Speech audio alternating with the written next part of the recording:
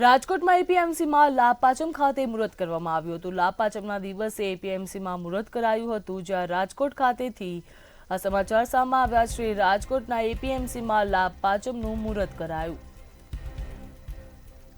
જ્યાં મગફળી કપાસ સહિતના પાકની જણસનું મુહૂર્ત કરવામાં આવ્યું છે। મગફળી કપાસ સહિતના પાકની જણસનું મુહૂર્ત કરવામાં આવ્યું। મુહૂર્તના સોદામાં મગફળીનો ભાવ 1152 રૂપિયા મળ્યો હતો, જ્યાં ટેકાના ભાવ કરતાં 300 થી 400 રૂપિયા ઓછા ભાવ મળી રહ્યા છે। ટેકાના ભાવ કરતાં 300 થી 400 રૂપિયા ઓછા ભાવ મળી રહ્યા છે, જ્યાં ચેરમેનનું નિવેદન ટૂંક સમયમાં સરકાર ખરીદી શરૂ કરશે તેવું કહેવામાં આવ્યું છે। ચેરમેન દ્વારા કહેવામાં આવ્યું છે કે સરકાર ટૂંક સમયમાં ખરીદી શરૂ કરશે,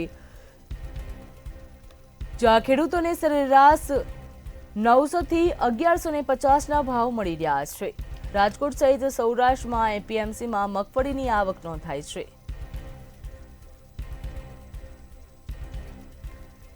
ટેકાના ભાવ કરતાં 300 થી 400 રૂપિયા ઓછા મળી રહ્યા છે।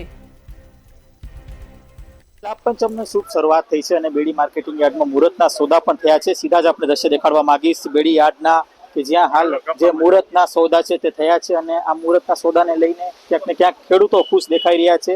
ખાસ આપણી સાથે યાર્ડના ચેરમેન જયેશભાઈ બોગરા છે, એમની સાથે વાત કરીશું। જયેશભાઈ, શું કહેશો? ખાસ તો આજે મુહૂર્તના સોદા પાડવામાં આવ્યા, આજે કઈ પ્રકારનો ભાવ અને કઈ પ્રકારની અપેક્ષા છે આવતા દિવસોમાં?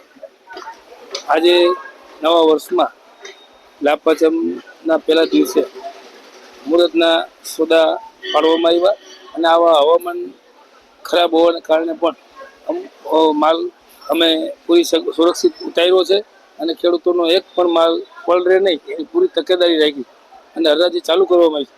આજે 1150 થી લઈ 1250 સુધી ભાવ મગફળીના આવશે એવી પૂરી આશા છે અને ખેડૂતોને તેમના માલના પ્રમાણમાં ભાવ મળી રહે એવી અપેક્ષા છે।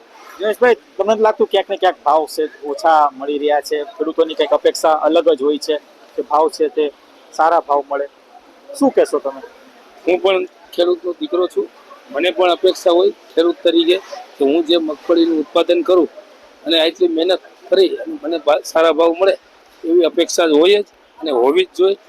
પણ ઓપન બજારમાં માંગ અને પુરવઠાના પ્રમાણમાં ભાવ ખુલ્લા બજારમાં નક્કી થતો હોય એટલે એમાં ડિમાન્ડ અને પુરવઠો કઈ પ્રકારનો હોય બજારમાં એ રીતે ભાવ પણ મારી અપેક્ષા એવી છે ખેડૂતોને ખુલ્લા બજારમાં વધુમાં વધુ ભાવ મળવો જોઈએ। મગફળી સાથે સાથે બીજી કઈ જણસીઓ આવી અને આજે કેટલી ગુણી મગફળી આવી અને ખાસ તો આજે વરસાદનો એક માહોલ છે, શું કહેશો? કઈ પ્રકારની વ્યવસ્થા ઊભી કરવામાં આવી છે? યાર્ડ દ્વારા રજીસ્ટ્રેશન કરી અને રજીસ્ટ્રેશનમાં રોજે રોજ બસો વાહન બોલાવી અને એની હરાજી થાય એવી વ્યવસ્થા ગોઠવેલ છે। એમાં ખેડૂતો, દલાલ ભાઈઓ, વેપારી ભાઈઓ, મજૂર બધા પણ સહકાર આપ્યો છે અને આ વ્યવસ્થાના ભાગરૂપે આ બધાના સહકારથી હું આ વ્યવસ્થા ગોઠવી શક્યો। એક પણ ગુણી પલળે નહીં એની ખાસ તકેદારી રાખવામાં આવી છે અને આજે બધી જણસીઓ રાજકોટ યાર્ડમાં 32-33 જેટલી જણસીઓની હરાજી કરવામાં આવે છે, એ બધી જણસીની આવક કરવા દેવામાં આવી છે અને રોજે રોજ જેમ ધમધમતું એ પ્રમાણે ચાલુ કરવામાં આવ્યું છે। ચોક્કસથી આ હતા આપણી સાથે યાર્ડના ચેરમેન, આપણી સાથે ખેડૂતો પણ છે, એમની સાથે વાત કરીશું। ખેડૂતો શું કહી રહ્યા છે, કારણ કે હાલ એક માહોલ અત્યારે દેખાઈ રહ્યો છે। ખેડૂતો આપણી સાથે છે, એમની સાથે જ વાત કરીશું। શું કહેશો? મગફળી લઈને આવ્યા છો અને કેટલી અપેક્ષા, શું કહેશો? મગફળી કાંઈ ભાવમાં ન વધે વાહે। કેટલો ભાવ મળ્યો તમને આજે? 1151 રૂપિયા। અને ક્યાંથી આવો છો અને કેટલી ગુણી મગફળી લઈને આવ્યા છો? 100 ગુણી જેવી છે। અપેક્ષા કેટલી હતી ને કેટલી અત્યારે તમને મળી રહી છે?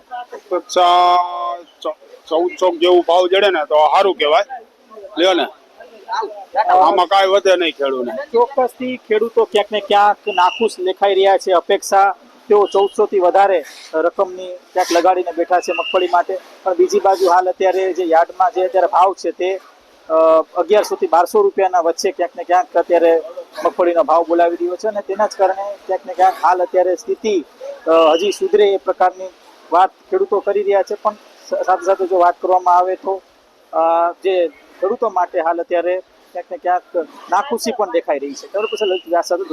રાજકોટ।